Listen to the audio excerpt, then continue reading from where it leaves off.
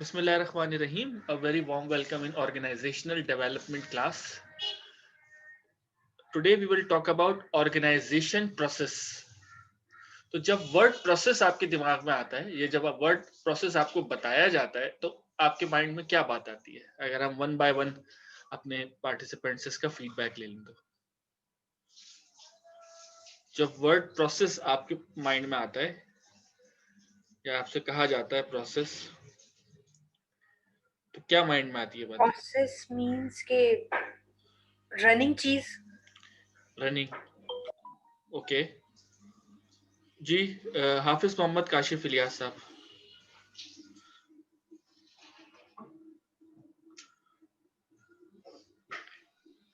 Yes sir, उस department के हवाले से जो भी मतलब के उसमें एक्टिविटी होती है उसको टेकिंग ओवर सही तरीके से करना, उसके एम्प्लॉयमेंट को, उसकी सप्लायर्स को और उसकी हर एक चीज़ को सही इंस्ट्रक्शंस फॉलो करना और देना ताकि वो फॉलो करें। ये प्रोसेस आई थिंक हो सही सकता है। सही। प्रोसेस डिजाइन के हवाले से आप बात कर रहे हैं, लेकिन वर्ड प्रोसेस अपने अंदर क्या लेके बैठा हुआ है? मतलब क्या मीनिंग लेके बैठा हुआ है प्रोसेस? तो वो प्रोसेस मतलब कि कुछ भी किसी भी चीज़ को ऑर्गेनाइजेशन में इन करना, तो इट मीन्स ठीक है, प्रोसेस। प्रोसेस मींस तरीकाकार कि हम किस जी, स्टेप्स के आई थ्रू थिंक जाएंगे। ये स्टेप्स करेंगे तो ये चीज़ होगी। Okay okay, good good point eight. अच्छा जी जी, बाकी पार्टिसिपेंट रुखसार और आमना, प्रोसेस बताइए। हिराने जैसे का है। रनिंग मतलब कोई भी काम जो अभी चल रहा है, मतलब उसका भी कोई आउटपुट नहीं पता चला, तो प्रोसेस में ही हुआ ना वो। किसी चीज को काम, अगर कोई काम अगर आपने करना है, उस चीज को तरतीब देना कि पहले आपने ये करना है, उसके बाद अगला काम ये। जी एक्सीलेंट रुखसार, बहुत बहुत ही आपने अच्छी और मुनासिब बात की, और प्रोसेस है भी यही। हमने बहुत पहले यूनिवर्सिटी में जब आईटी पढ़ रहे थे तब हमने पढ़ा था, एक चीज पढ़ी थी, इनपुट डिवाइसेस और आउटपुट डिवाइसेस, याद है? Yes sir. इनपुट जी डिवाइसेस, सर। हाँ बिल्कुल। इनपुट डिवाइसेस और आउटपुट डिवाइसेस बेसिकली क्या थी, हमने तमाम कमांड्स को, यानी कंप्यूटर की तमाम कमांड्स को हमने डिवाइड कर दिया था कि वो कौन सी कमांड्स हैं या वो कौन सी ऐसी चीजें जिससे हम हुक्म देते हैं कंप्यूटर को। फॉर एग्जाम्पल इनपुट डिवाइसेस में क्या था, याद करें, थोड़ा सा रिकॉल करते हैं हम क्लास 5 की आईटी को। इनपुट डिवाइसेस में क्या था? कीबोर्ड था, यस, माउस कीबोर्ड, था, माउस था, और प्रोसेसिंग यूनिट, सीपीयू। सीपीयू था, वही प्रोसेसिंग यूनिट। अच्छा जी जी, आमना बताइए इनपुट डिवाइसेस में क्या क्या चीजें थी?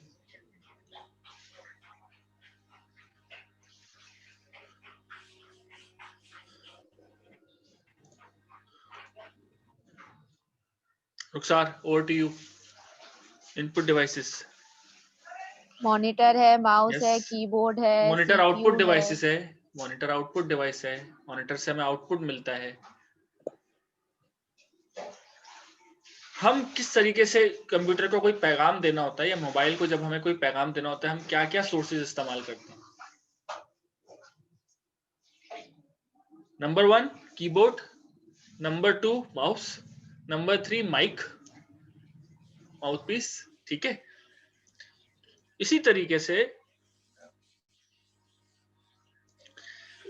वर्ड प्रोसेस भी अपने अंदर यही चीजें लेके बैठा है कि आपको कुछ, जब भी अपने सिस्टम में कोई चीज इंडल्ज करना होती है, इंडक्ट करना होती है, तो आपको कुछ इनपुट डिवाइसेस की जरूरत होती है। यानी अगर आप चाहते हैं कि ऑर्गेनाइजेशन में जो है कोई भी सिस्टम में तब्दीली आए या सिस्टम में एडिशन करना चाह रहे हैं, तो आपको इनपुट करना होगा। समटाइम्स आप मॉनिटरी इनपुट करते हैं, यानी पैसों की इनपुट। समटाइम्स आप स्ट्रक्चर की इनपुट करते हैं, जैसे आपने नया फर्नीचर लेकर आ गए, नई हेल्प डेस्क बना दी, नए लोगों के पास पीसी कंप्यूटर से आपने, पर्सनल कंप्यूटर से आपने उनको लैपटॉप्स में कन्वर्ट कर दिया, जिनके पास लैपटॉप से आपने उनको स्मॉल टैबलेट्स दे दिए, जैसे कि सेल्स टीम जो कि फील्ड में होती है, आपने उनको टैबलेट्स दे दिए।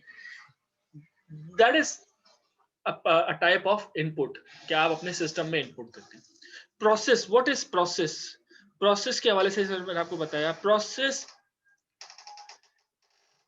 जो है वो बेसिकली आउटकम होता है। जब भी आप किसी चीज को हुक्म देते हैं वो रिस्पॉन्ड करती है। फॉर एग्जाम्पल, आपने अगर जूसर मशीन देखी हो तो जूसर मशीन किस तरह चलती है। आपने सबसे पहले जो फ्रूट्स हैं उसको आपने सैनिटाइज करना है या उसको आपने स्टरलाइज करना है, फिर उसकी कटिंग करनी है, फिर उसको जूसर मशीन की जग में डालना है, उस पर दूध डालना है, जो भी आप जूस बना रहे हैं। फिर आपने थोड़ा टाइम प्रोसेस में लगाएंगे। प्रोसेस में कुछ कमांड्स आप देते हैं कमांड्स जूसर मशीन में। जी सर। कमांड्स आपने देते हैं और उसके बाद फिर आप उसका आउटपुट क्या होता है, वो जो भी चीज आपने जूसर मशीन में डाली थी वो कन्वर्ट हो जाती है जूस की सूरत में या लिक्विड की सूरत में। पॉइंट बताने का क्या है, और ये इतनी सारी मिसालें मैं आपको इनपुट डिवाइसेस और जूसर मशीन से क्यों दे रहा हूँ। ऑर्गेनाइजेशन में भी जब आप कहते हैं ना प्रोसेस, किसी भी काम करने के तरीके को। फॉर एग्जाम्पल मुझे बताइए रुखसार, अभी कॉलेज में एडमिशन हो रहे हैं? इस कॉलेज में आप होती हैं? नो, खत्म, फिनिश्ड। फिनिश हो गए, ठीक है। मुझे बताइए क्या प्रोसेस था एडमिशन का?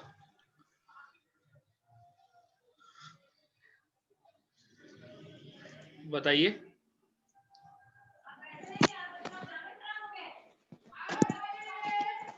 सर जी अनम्यूट कर लें। अब तो एडमिशन का टाइम नहीं सर। एडमिशन का टाइम नहीं है, लेकिन मैं आपसे प्रोसेस पूछ रहा हूँ हमारे बाकी लोगों के लिए कि एडमिशन प्रोसेस क्या है।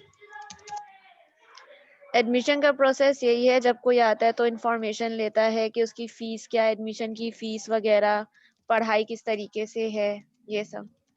ठीक है, और वन बाय वन बताएं। आपने इन्फॉर्मेशन दे दी, फीस दे बता दी, फीस, कॉलेज का एनवायरनमेंट, ठीक है,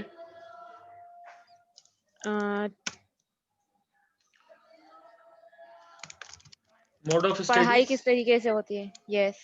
ओके, और एफिलिएशन बताती हैं आप कहाँ से एफिलिएटेड है, यस वो भी। और आवाज आपकी ड्रॉप हो रही है। जी बताइए। और एक्टिविटीज वगैरह के कॉलेज में होती हैं नहीं, लाइक क्विजेज, पिकनिक वगैरह। ठीक है, सक्सेस स्टोरी बताते हैं क्या हम, आपकी कॉलेज में ऐसी क्या बात है जो कि दूसरे कॉलेज में नहीं है?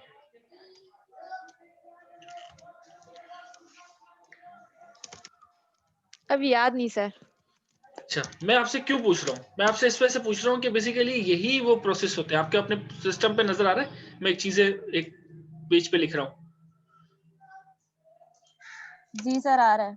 ठीक है, उसके बाद अगर कोई डिसाइड करता है तो आप उसको कहते होंगे कि हम एंट्री टेस्ट लेते हैं, ठीक है, यस, एंट्री टेस्ट के बाद इंटरव्यू। यस, इंटरव्यू, उसके बाद फिर ओरिएंटेशन, ऐसे ही है? यस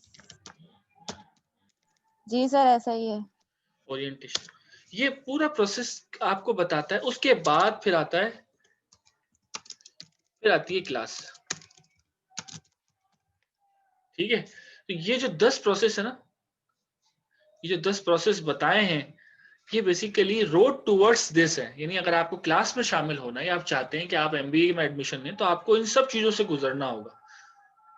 ऑर्गेनाइजेशन में भी इसी तरीके से होता है। जब आप चाहते हैं कि आप अपनी ऑर्गेनाइजेशन का माहौल अच्छा करें, कल्चर अच्छा करें, वहां पे लोग अपनी जिम्मेदारियों को कबूल करें, तो वहां पर भी आपने कुछ प्रोसेस करने के तरीके को इख्तियार करना होगा। अच्छा, प्रोसेस जो है वो is a combination of input and output, ठीक है। अगर लिखना चाहें तो लिख ले, process is a combination of input and output. Organization की ये पूरी कोशिश होती है कि वो अपने हर डिपार्टमेंट में प्रोसेस अप्रोच को इंप्लीमेंट करें। प्रोसेस अप्रोच किसे कहते हैं कि हर डिपार्टमेंट किसी खास तरीके से रन हो या किसी खास प्रोसीजर के तहत रन हो, ठीक है। आप कहीं कंप्लेन करने भी जाते हैं ना तो उनसे पूछते हैं भाई कंप्लेन करने का प्रोसीजर क्या है, पहले फॉर्म भरना होगा या पहले स्टेप बाय स्टेप क्या करना होगा। वो आपको गाइड करते हैं। हर चीज का प्रोसेस आपने जो है वो एस्टेब्लिश करना है ऑर्गेनाइजेशन में। अच्छा, ऑर्गेनाइजेशन में किस किस किस्म के प्रोसेस जो होते हैं, कोई मुझे अगर बताए। नंबर 1 हायरिंग प्रोसेस, ऐसे ही है। और बताइए, और किसी ऑर्गेनाइजेशन में क्या क्या प्रोसेस होते हैं। नंबर 1 हायरिंग प्रोसेस, इसके अलावा जी हाफिज साहब बताइए, या कोई और ऐड करना चाहे तो भी बता सकता है। एक प्रोसेस मैंने बता दिया। प्रोडक्शन प्रोसेस भी होता है। Yes yes, excellent. Production process. Administration के लिए भी एक प्रोसेस होता है पूरा। Yes yes, good, very good. Administration process. उसके बाद मार्केटिंग का भी एक पूरा प्रोसेस होता है। ठीक है, मार्केटिंग का प्रोसेस। अब हम किसी और से लेते हैं पॉइंट। जी हाफिज साहब प्लीज ऐड कीजिएगा।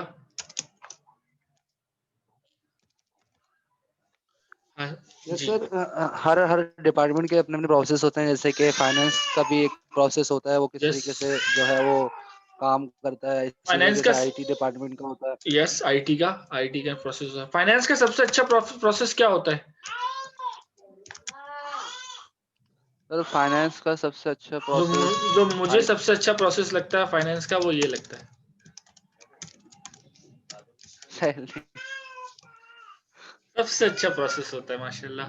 टाइम पे आ जाए तो बहुत ही अच्छी बात है। अच्छा जी, आईटी का प्रोसेस होता है, बिल्कुल बिल्कुल आप सही कह रहे हैं, आईटी प्रोसेस होता है जी। आमना बताइए, इसके अलावा किसी कंपनी में क्या प्रोसेस होते होंगे? कंपनी को चलाने के लिए हर चीज के लिए प्रोसीजर का, तरीकाकार का होना जरूरी है ना, तो बताइए।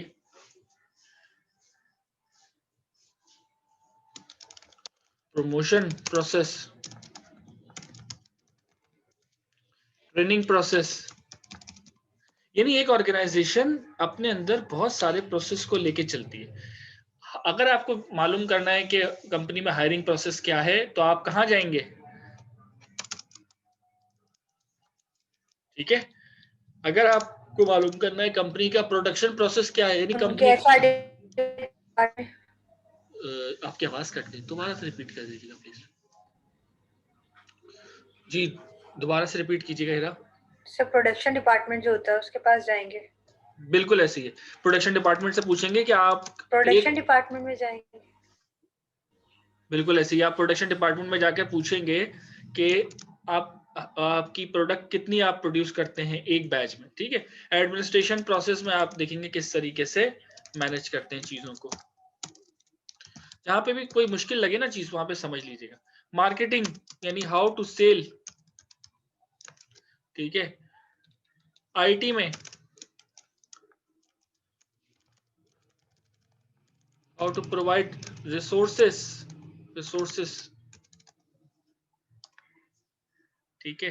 Promotion again HR and operation. Training organizational development का हिस्सा होता है। तो ये हर डिपार्टमेंट अपने कुछ प्रोसेस करता है, ताकि उसका फायदा क्या होता है? फायदा ये होता है कि फॉर एग्जाम्पल जिस तरह मैं आपको पढ़ाता हूँ, मैं अपने तरीके से पढ़ाता हूँ, ठीक है। लेकिन अगर हमें एक प्रोसेस दिया गया हो कि आपको पढ़ाने के लिए तरीकाकार किस तरीके से काम करना है, इस तरह मैं तीन तीन सेशन में अक्सर कहता हूँ कि मैं 3 फेजेस में पढ़ाता हूँ। ये मैंने अपना प्रोसीजर बनाया हुआ है कि 3 फेजेस में पढ़ाना है, ताकि अगर किसी की कोई क्लास मिस भी हो जाए तो वो अपने आप को पीछे ना समझे, वो उसको कंटिन्यू कर ले।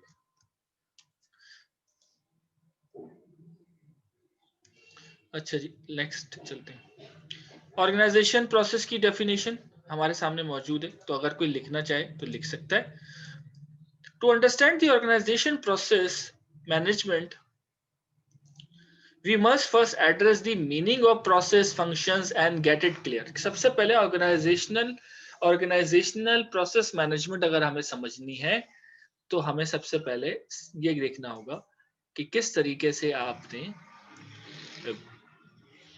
इस पूरे के पूरे प्रोसेस को लेके चलना है। प्रोसेस की क्या मतलब है, फंक्शंस का क्या मतलब है, ठीक है। It is nothing knew that in any field of activities the competition is each time more furious। अच्छा, ये सेशन जो है वो शायद 1 मिनट बाद खत्म हो जाए, तो ये मत समझिएगा क्लास खत्म हो गई, रिकनेक्ट कर लीजिएगा। to maintain a good level of competitiveness and guarantee its survival and success। Organization अपने प्रोसेस को हमेशा इंप्रूव करते रहते हैं ताकि उनकी कंपनी में कंपटीशन अच्छा हो, कॉम्पिटिटिवनेस आए उनके बिजनेस में। सेकंड, गारंटी ऑफ सर्वाइवल, के सर्वाइवल, वो उनकी ऑर्गेनाइजेशन इंडस्ट्री में अच्छी तरीके से सर्वाइव कर सके। इसकी प्राइम एग्जांपल है बैंकिंग सेक्टर। के बैंकिंग सेक्टर हम देखा है कि अपने प्रोसेस को दो किस्म के प्रोसेस होते हैं, ऑर्गेनाइजेशनल फ्रेंडली और यूजर फ्रेंडली। यूजर फ्रेंडली का मतलब ये कि जो आपकी जो आसान से आसान तर तरीके पे जो है वो कन्वर्ट हो, और ऑर्गेनाइजेशन के जो कस्टमर्स हैं या कंपनी के जो कस्टमर्स हैं वो बहुत खुशी महसूस करें। ये बिल्कुल वैसी है कि आज अगर मुझे बिल पे करना होता है तो मुझे लंबी लाइनों में लगने की जरूरत नहीं है।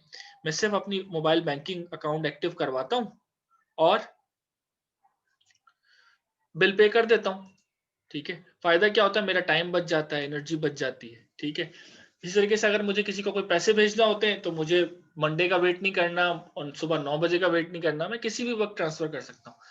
तो ऑर्गेनाइजेशन ने इस बात को समझा कि अगर हम अपने प्रोसेस को इजी करेंगे तो उससे फायदा ये होगा कि हमारे लोग जो है यानी हमारे जो कस्टमर या कंज्यूमर्स हैं उनको फैसिलिटी मिलेगी, उनके लिए आसानी होगी, ठीक है। ना सिर्फ आसानी होगी बल्कि कोशिश उनकी ये होगी कि वो आपके प्रोडक्ट को ना सिर्फ खुद इस्तेमाल करें बल्कि रेकमेंड भी करें, ठीक है।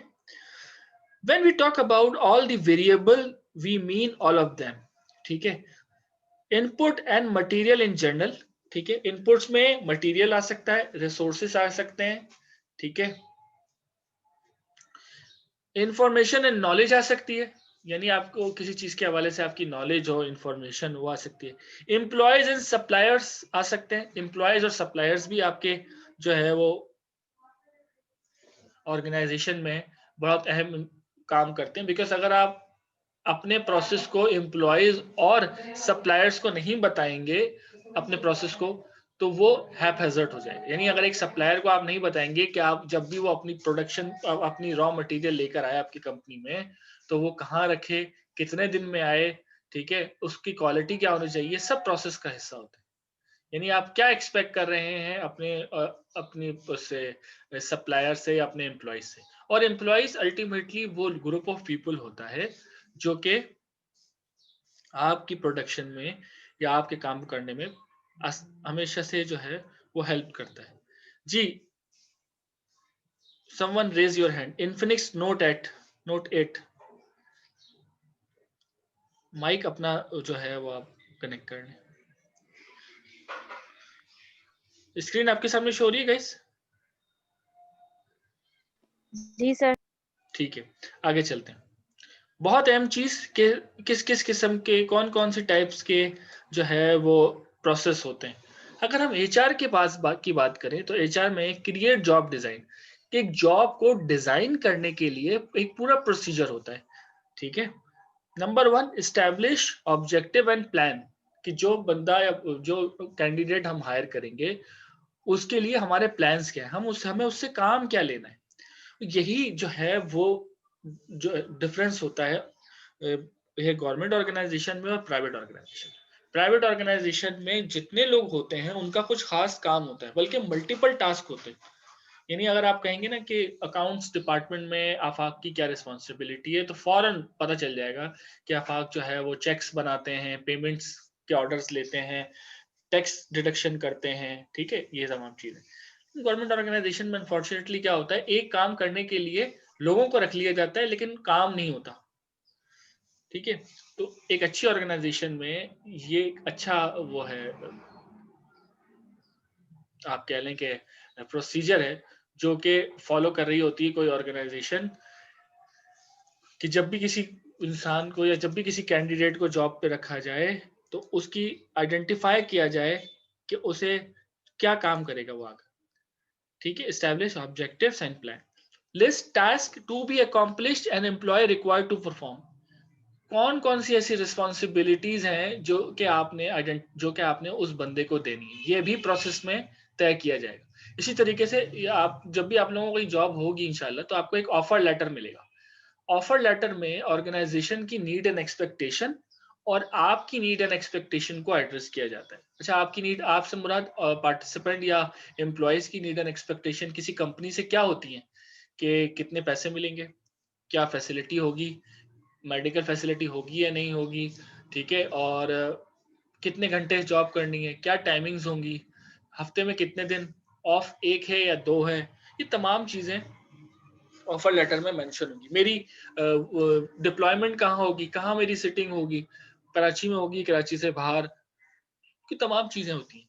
और ऑर्गेनाइजेशन की नीड एंड एक्सपेक्टेशन क्या होती है आपसे, कि आप जो है प्रोडक्शन में काम करेंगे, आप डिजाइन एंड डेवलपमेंट में काम करेंगे, आप फॉर एग्जांपल एचआर में है तो हायरिंग करेंगे, ट्रेनिंग में है तो ट्रेनिंग एंड डेवलपमेंट करवाएंगे। तो ऑफर लेटर बेसिकली एक प्रोसेस के बाद ही इशू किया जाता है।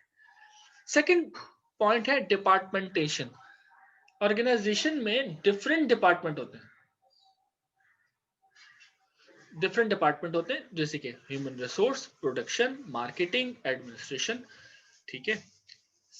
आज से कुछ साल पहले तक ऑर्गेनाइजेशन में ये डिपार्टमेंट्स का कॉन्सेप्ट नहीं था। अब तो departments are further divide into functions with respect to their activities. Organization divide group of people and make it a function.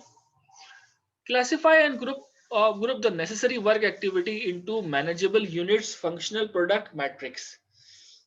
क्या आप डिपार्टमेंट बनाते हैं, डिपार्टमेंट में आप उनके ऑब्जेक्टिव्स बनाते हैं, उनको एक्टिविटीज बताते हैं कि आपको काम क्या करना है। मैनेजेबल यूनिट फंक्शन, क्या आप क्या करना मतलब किस तरह चीजों को मैनेज करेंगे, ठीक है। अगर आप प्रोडक्शन है तो कितने यूनिट प्रोड्यूस करेंगे, तमाम चीजें। Very important, delegation of authority. Delegation of authority means कि मैं हमेशा कहता हूं कि हर ऑर्गेनाइजेशन में हर किसी की कुछ खास रिस्पॉन्सिबिलिटी होती है, लेकिन अथॉरिटी जो है वो बहुत कम लोगों के पास होती है। बेसिकली अथॉरिटी ही वो चीज है जो कि आपको डिफरेंशिएट कर रही होती है फ्रॉम वन टू अनदर। यानी अगर मैं अपनी और अपने मैनेजर की जो है वो अपने में डिफरेंस देखूं, तो मुझे यही नजर आएगा कि उनके पास डिसीजन मेकिंग अथॉरिटी है और मेरे पास नहीं है। तो जब किसी का प्रमोशन होता है, तो जहां उसकी फाइनेंशियल रिसोर्सेज को बढ़ाया जाता है, वहां पर उसकी रिस्पॉन्सिबिलिटीज और अथॉरिटीज को भी बढ़ाया जाता है, और ये बताया जाता है कि कंपनी क्या एक्सपेक्ट कर रही है और आपको किस लेवल का डिसीजन लेना है। ठीक है जी, क्लियर हुई ये बात? क्लियर है कोई? Yes sir, yes sir. अच्छा जी, डेलीगेशन ऑफ अथॉरिटी हमारी समझ में आ गई कि फॉर एग्जांपल जिस तरीके से अगर मैं अबैकस की बात करूं, तो अबैकस की एडमिनिस्ट्रेशन है, उन्होंने एक प्रोसेस किया कि जब तक फेस टू फेस क्लासेस नहीं हो रही, आपने ऑनलाइन क्लास अटेंड करनी। फिर उन्होंने कहा कि ऑनलाइन क्लास को भी आप किस तरीके से मजीद बेहतर बना सकते हैं, चीज़ों को वो आप देख लें, ठीक है। और फिर उन्होंने कहा कि जो क्लासेस की टाइमिंग है हम वैसे ही रखेंगे, सैटरडे संडे हम चेंज नहीं करेंगे। यानी जिस टाइम पे आप फेस टू फेस आते थे, फिजिकली विजिट करते थे, अब उसी वक्त आप ऑनलाइन क्लास लें।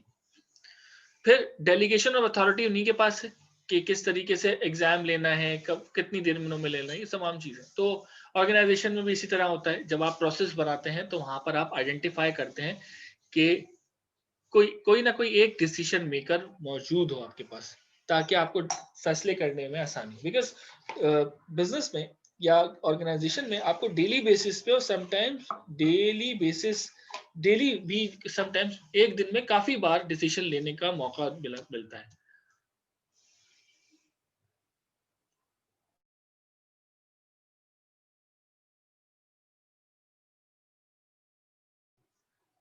तो अच्छा, उसके बाद स्पेन ऑफ कंट्रोल, क्या आपके फैसलों को कोई ना कोई कंट्रोल कर रहा होता है, लुक आफ्टर कर रहा होता है, एंड मैं वर्ड यूज करूंगा मॉनिटर कर रहा होता है। Assign authorities to respective individual group to carry out the assigned task। क्या आप अपने जो है वो ग्रुप में अथॉरिटीज को डिवाइड करें, डेलीगेट करें। डेलीगेट का मतलब अथॉरिटीज को शेयर करें। Power sharing is called delegation of authority. फिर chain of control, define an hierarchy of relationship with the organisation using the organisational chart. Organisational chart last week भी मैंने आपको बताया था कि डिपार्टमेंट्स का बना होता है, कौन किसको रिपोर्ट करेगा। एक छोटा सा प्रोसेस बताया गया है कि ऑर्गेनाइजेशन में कितने किस्म के प्रोसेस चल रहे होते हैं। एक गोल्स एंड ऑब्जेक्टिव से रिलेटेड प्रोसेस चल रहा होता है, जिसमें कंपनी, डिपार्टमेंट, एम्प्लॉयज, ये तमाम उसके इंटरेस्टेड पार्टीज होते हैं। इंटरेस्टेड पार्टीज किसे कहते हैं, याद है आपको, मैंने लास्ट टाइम बताया था।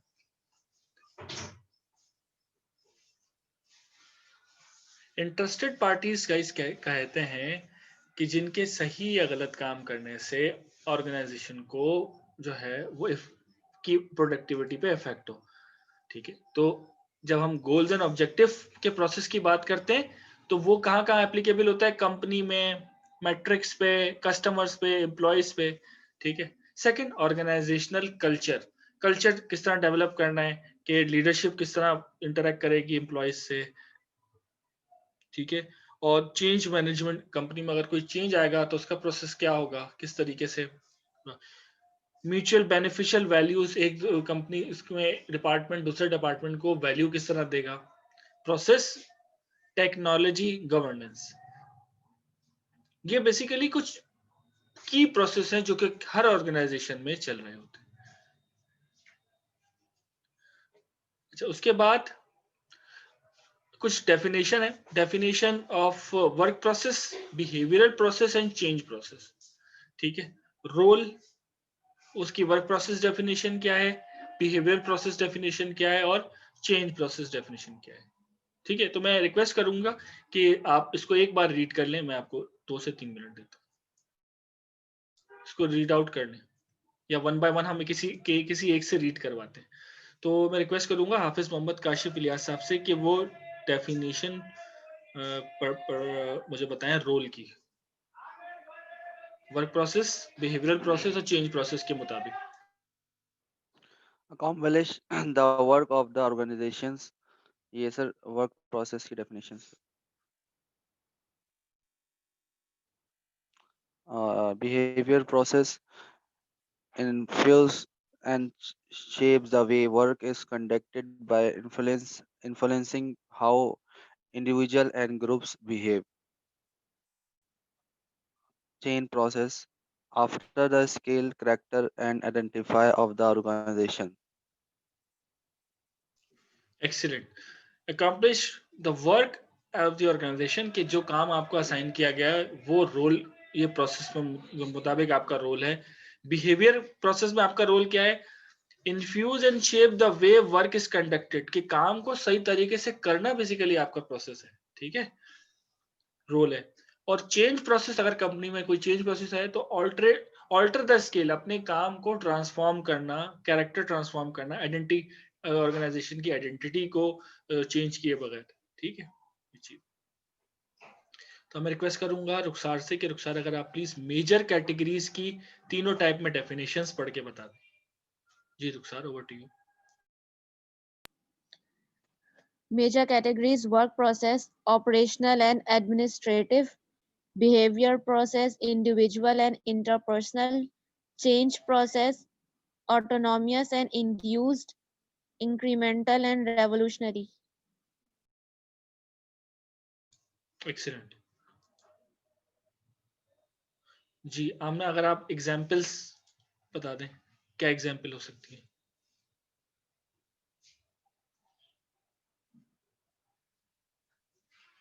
जी आमना।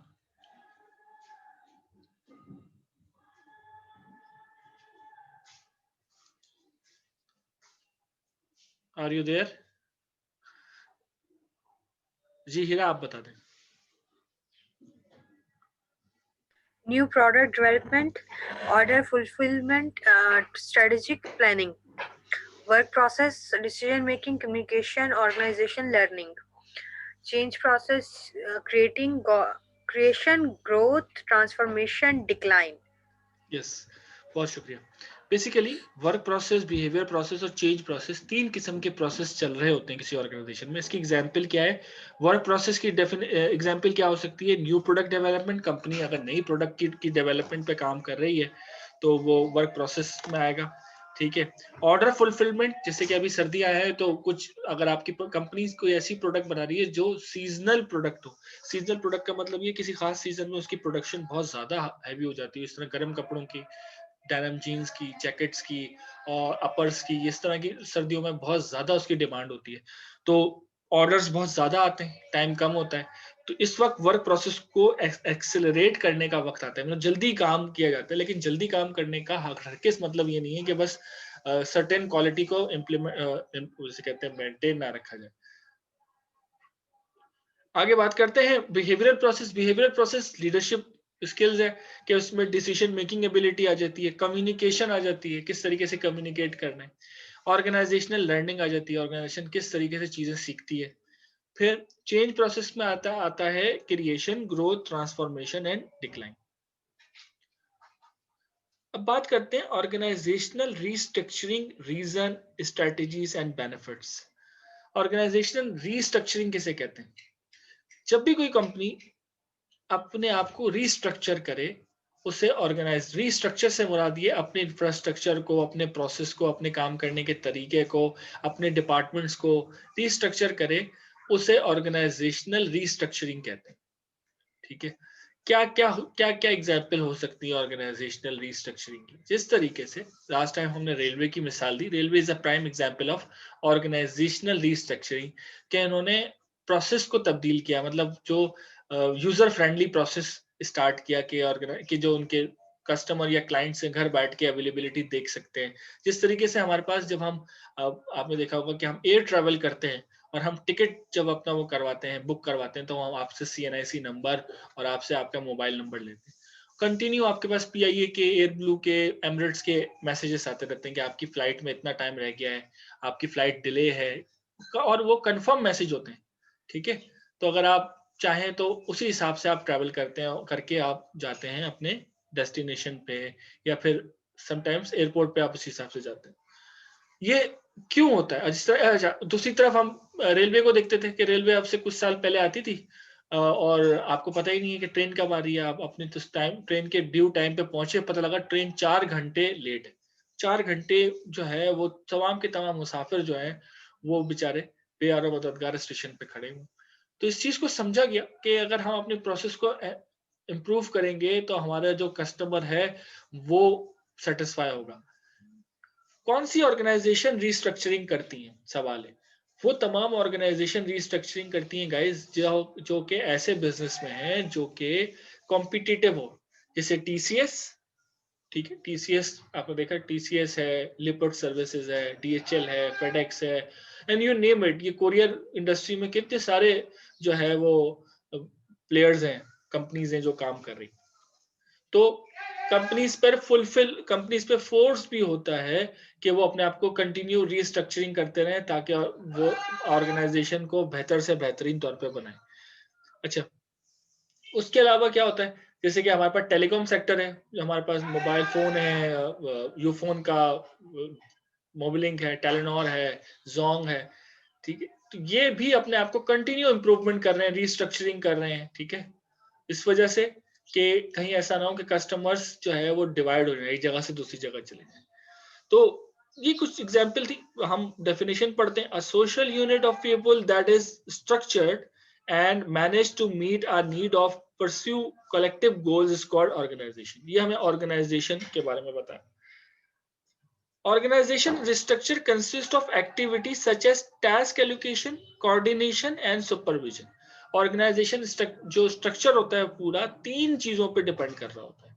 टास्क एलोकेशन यानी जिम्मेदारी को देना, कोऑर्डिनेशन यानी आपस में कोऑर्डिनेट मिल के रहना, मिलना जुलना, किस तरीके मदद लेना, मदद करना, एंड सुपरविजन और उसकी सुपरविजन।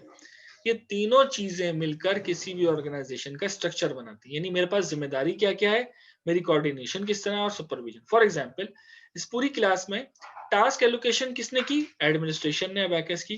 कोऑर्डिनेशन किसने की? मैंने की। मैंने आपको कल बता दिया कि हमारी क्लास है ऑनलाइन, इस टाइम पर है और इस तरीके से आप उसको ज्वाइन कर सकते हैं।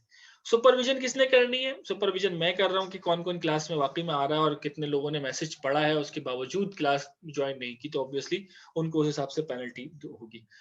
विच is directed towards the achievement of organisational goal. अच्छा, हमारा क्या गोल है कि हम अपने कोर्स आउटलाइन को कंप्लीट कर लें, ठीक है, और ओडी में अच्छे मार्क्स हासिल कर सकें। ये बेसिकली हमारा गोल है। इस गोल के लिए हम ये पूरी ऑनलाइन क्लास करें। तो क्लियर है बात, समझ में आई? ऑर्गेनाइजेशन स्ट्रक्चरिंग क्या, स्ट्रक्चर में क्या क्या चीज डिपेंड कर रही होती है? 3 चीजें डिपेंड कर रही होती हैं। Again I repeat, allocation of task यानी जिम्मेदारी का असाइन करना, कोऑर्डिनेशन कोऑर्डिनेट करना, कौन किससे किसकी मदद से काम करेगा, सुपरविजन और देखना कि जैसी टास्क एलोकेट किया था उस हिसाब से काम हुआ भी है या नहीं। एनाटॉमी ऑफ रिस्ट्रक्चरिंग, सबसे पहले आप स्ट्रेटेजी बनाते हैं, उसके बाद कल्चर आपको चाहिए होता है ऑर्गेनाइजेशन में, ठीक है, आईटी चाहिए होता है उसको स्प्रेड करने के लिए, प्रोसेसेस चाहिए होते हैं ताकि लोग उसको इम्प्लीमेंट करें, और लोग चाहिए होते हैं जो कि उसको समझ सकें। ये कंपोनेंट्स हैं रिस्ट्रक्चरिंग के।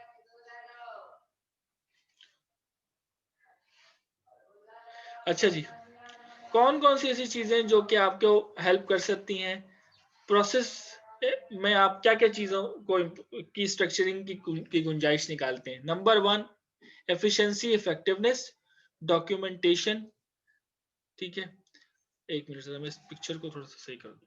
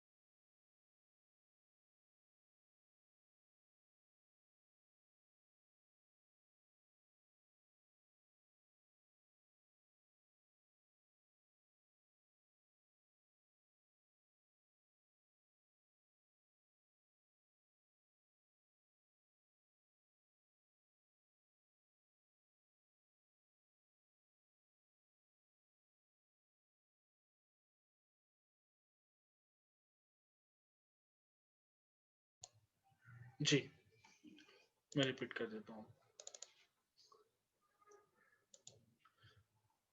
ऑर्गेनाइजेशन जो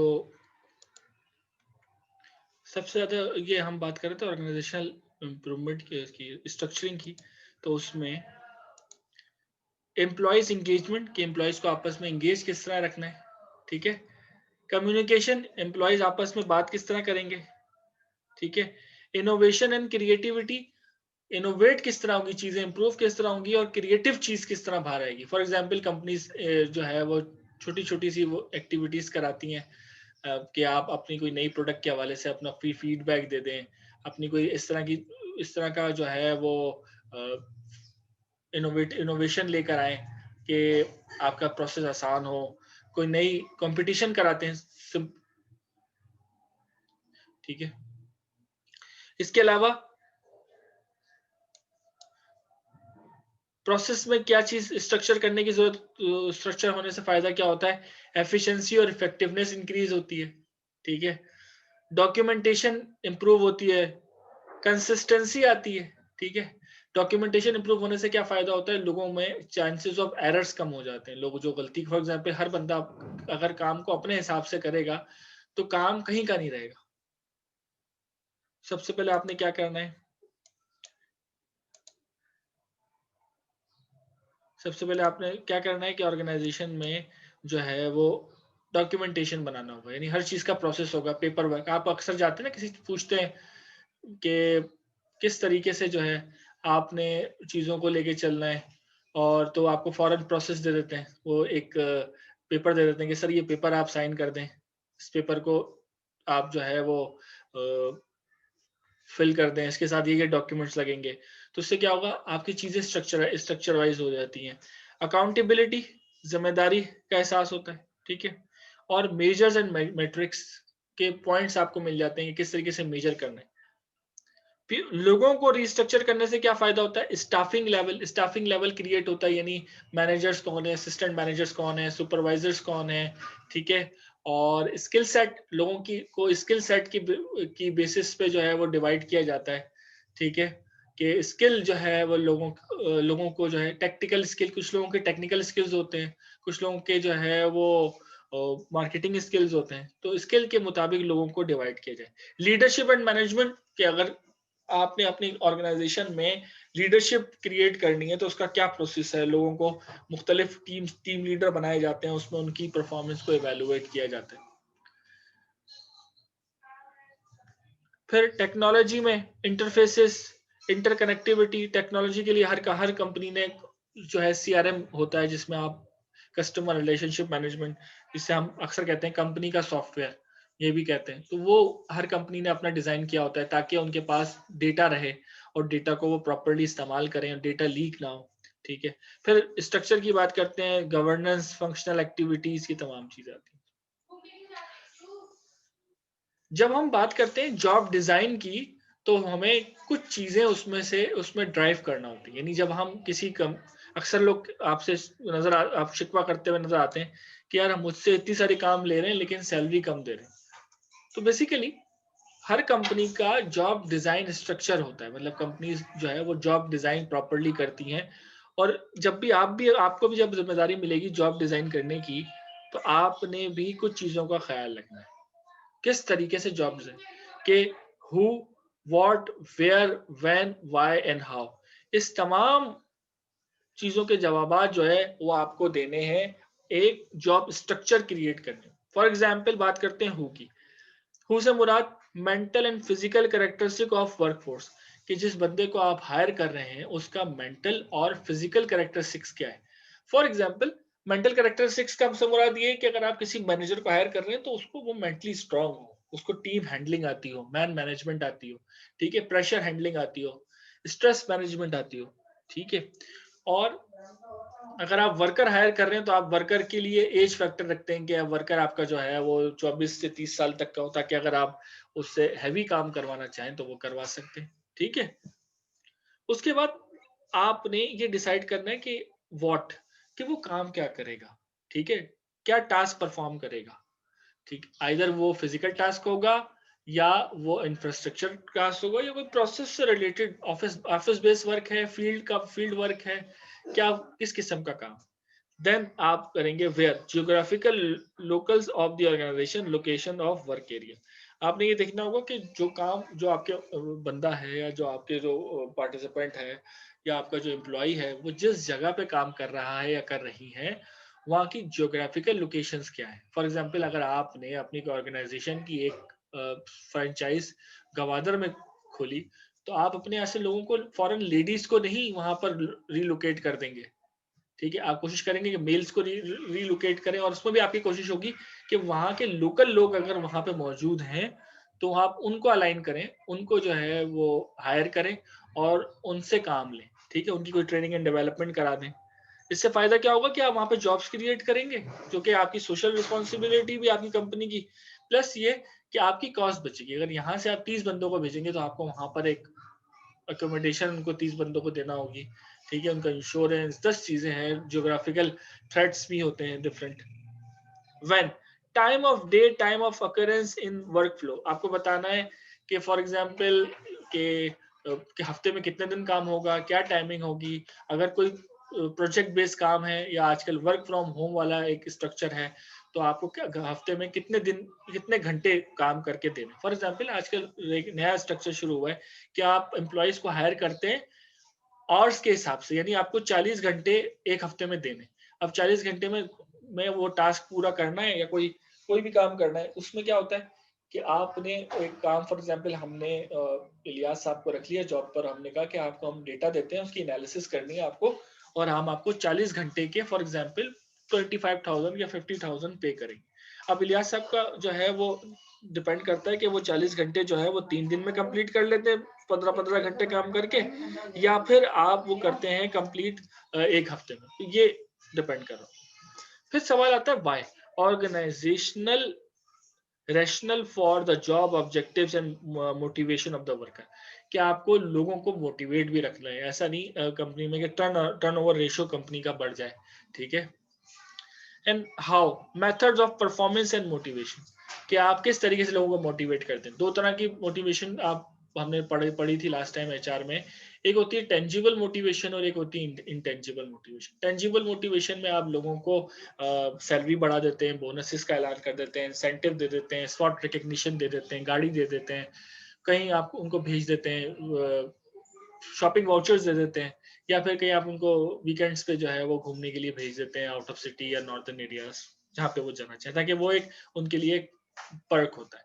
इंटेंजिबल बेनिफिट में आपको क्या करते हैं कि आपके जो है वो इंक्रीमेंट कर देंगे, या फिर आपको एम्प्लॉय ऑफ द मंथ बनाएंगे, या आपका इंटरव्यू मैगजीन में लेकर आएंगे, आपकी रिकग्निशन की जाएगी, आपकी पिक्चर्स जो है वो वेबसाइट पे होंगी। इस तरीके से मोटिवेशन। हाँ जी, तो ये थी हमारी आज की क्लास, जिसमें हमने क्या क्या चीजें पढ़ी। हमने ऑर्गेनाइजेशन प्रोसेस पढ़ा, हमने सबसे पहले प्रोसेस अप्रोच पढ़ी, ऑर्गेनाइजेशन प्रोसेस पढ़ा, टाइप्स ऑफ ऑर्गेनाइजेशन प्रोसेसेस पढ़े हमने,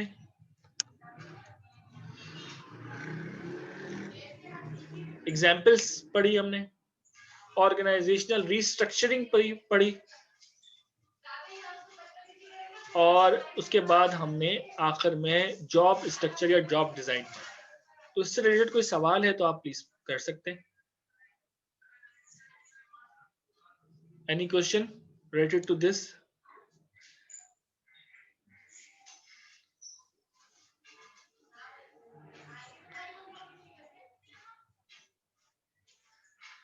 कोई सवाल?